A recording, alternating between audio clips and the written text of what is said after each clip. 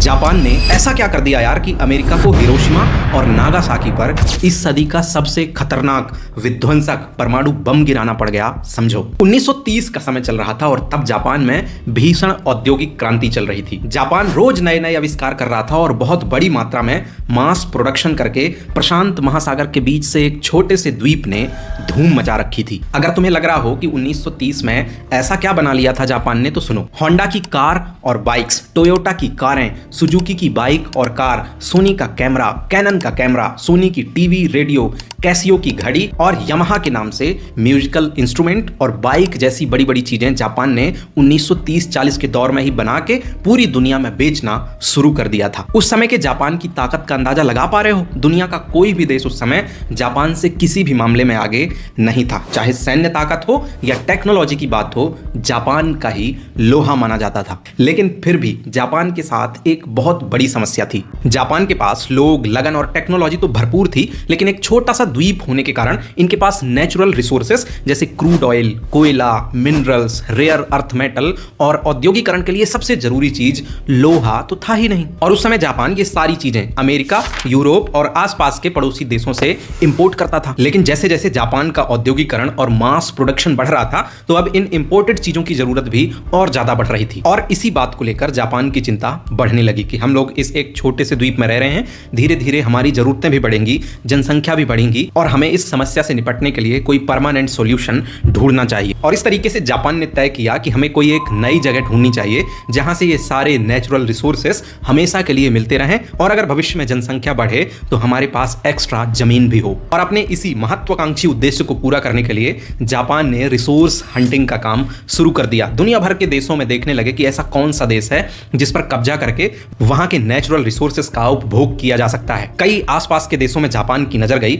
लेकिन या तो बहुत छोटे थे, या तो उनके पास पर्याप्त मात्रा में ये सारी चीजें नहीं थी, और या तो वो देश उस समय ब्रिटिश साम्राज्य की कॉलोनी हुआ करते थे। फिर जापान की नजर भारत पर भी आई, क्योंकि भारत में वो सारी चीजें हैं, भले थोड़ी थोड़ी मात्रा में हैं, लेकिन सारी चीजें अवेलेबल हैं। लेकिन एक समस्या भारत के साथ भी थी कि भारत भी 1930 से 40 के दशक में अंग्रेजों का गुलाम था। तो जापानी अब थोड़ा और ऊपर चले गए और पहुंचे चाइना। चाइना में उस समय सारी चीजें अवेलेबल थी, crude oil, gas, natural resources, सभी प्रकार के मिनरल्स, रेयर अर्थ मेटल, कुल मिला के सब कुछ जो जापानियों को चाहिए था वो चाइना के पास अवेलेबल था। और चाइना में अंग्रेजों का भी डायरेक्ट कब्जा नहीं था, कुछ हिस्सों में इनडायरेक्ट ब्रिटिश रूल चलता था। मतलब कुल मिला के जापान की रिसोर्स हंटिंग चाइना में जाके खत्म हुई और जापान को एक ऐसी जगह जमीन मिल गई जहां से वो अपनी जरूरत की पूर्ति लंबे समय तक कर सकता था। फाइनली 7 जुलाई 1937 को जापान ने चाइना पर हमला कर दिया, और कोई छोटा मोटा हमला नहीं, पूरे चाइना पर कब्जा और चाइना के रिसोर्सेस का दोहन करने के उद्देश्य से जापान ने चाइना पर अटैक कर दिया। और शायद आपको आज ये सुन के हैरानी होगी, लेकिन उस समय जापान ने चाइना को हराकर चाइना पर कब्जा कर लिया और जितने भी इंपॉर्टेंट लोकेशंस थी, जैसे बीजिंग, पूरी रेलवे ट्रैक, कोयले की खदानें, लोहे की खदानें, रेयर अर्थ मेटल की खदानें, इन सब पर अपना कब्जा जमा लिया और जापान की तरफ यहां से चाइना से माल खोद खोद के रवाना करने लगा। इतिहास में बताया जाता है कि जापान ने चाइना के केवल रिसोर्सेस नहीं कब्जाए हैं, बल्कि दुनिया का सबसे क्रूरतम कब्जा इस द्वितीय चीन जापान युद्ध को माना जाता है, जिसमें जापान ने चाइना की जगह, जमीन, रिसोर्सेस, रुपया, पैसा तो छीना ही, इसके साथ ही 8-8, 9-9 साल की बच्चियों तक को नहीं छोड़ा। जापान ने अपने सैनिकों को मोटिवेट रखने के लिए जगह जगह कैंपस बनवाए थे, जिन्हें नाम दिया गया था जापानी भाषा में इयान फू, जिसका हिंदी मतलब होता है, इयान कहते हैं खुशी को और फू कहा जाता है लड़की, बच्ची या महिलाओं को। जापानी सैनिक दिन भर चाइना के लोगों का नरसंहार करते और फिर रात में इयान फू कैंपस में जाकर चीनी बच्चियों की आबरू के साथ खिलवाड़ करते। और इस तरीके से लगभग 8 सालों तक जापानी सेना चाइना पर जुल्म ढाती रही। लेकिन दुनिया के अन्य देशों को लगा कि चाइना यार धीरे धीरे तानाशाह होते जा रहा है, इसलिए अमेरिका ने जापान की तरफ जाने वाला सारा सामान जैसे तेल, गैस, कोयला, लोहा, इस पर धीरे धीरे प्रतिबंध लगाना शुरू कर दिया ताकि जापान को कंट्रोल किया जा सके। जापान ने ऐसा कुछ नहीं सोचा था कि दुनिया का कोई देश हमें रोकने के लिए ऐसा कुछ करेगा। इस अचानक लगे प्रतिबंध से जापान एकदम बौखला गया। जापान के उस समय सम्राट और प्रधानमंत्री ने तय किया कि हमें इस खतरे से निपटना पड़ेगा और प्रशांत महासागर के बीचों बीच पर्ल हार्बर नाम के एक द्वीप में अमेरिका ने जो अपनी एक विशाल नौसेना तैनात कर रखी है ना, वो जापान के लिए खतरा है, क्योंकि अमेरिका कभी भी वहां से जापान पर हमला कर सकता है। इसलिए अपने खतरे को भांपते हुए पहले ही उससे निपट लेने की तैयारी जापान ने शुरू कर दी। ठीक तरीके से सूझबूझ के साथ तीनों सेनाओं के सामंजस्य से पूरी तैयारी की गई। दिन चुना गया रविवार का 7 दिसंबर 1941। पर्ल हार्बर जो द्वीप था ना, जिसमें अमेरिकी नौसेना ने अपना ठिकाना जमा रखा था, वहां का आसमान पूरा काला हो जाता है। बादल से नहीं,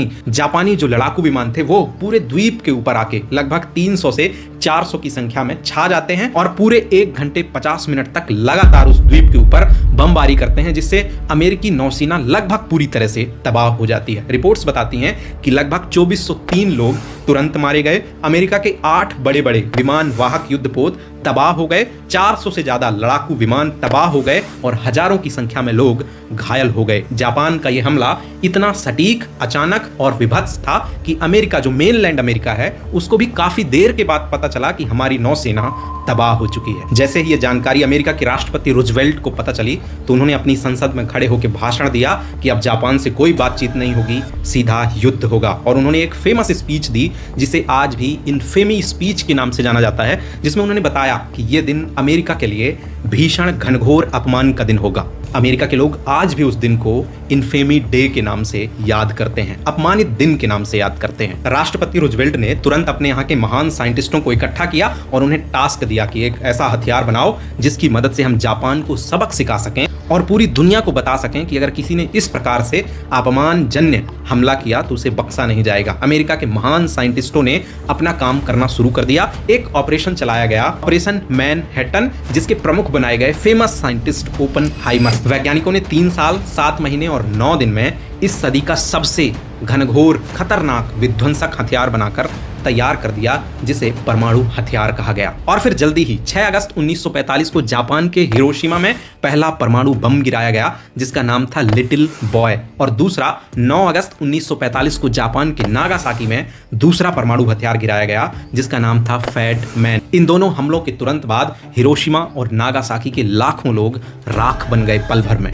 उसी समय पूरी दुनिया में वर्ल्ड वॉर 2 भी चल रहा था। 9 अगस्त को ही जापान ने द्वितीय विश्व युद्ध में और अमेरिका के सामने बिना किसी शर्त के सरेंडर कर दिया। और इस प्रकार से अमेरिका ने इसे अपना बदला और अपनी जीत समझी और ऐसे सामने आया इस सदी का सबसे खतरनाक हथियार, न्यूक्लियर वेपन।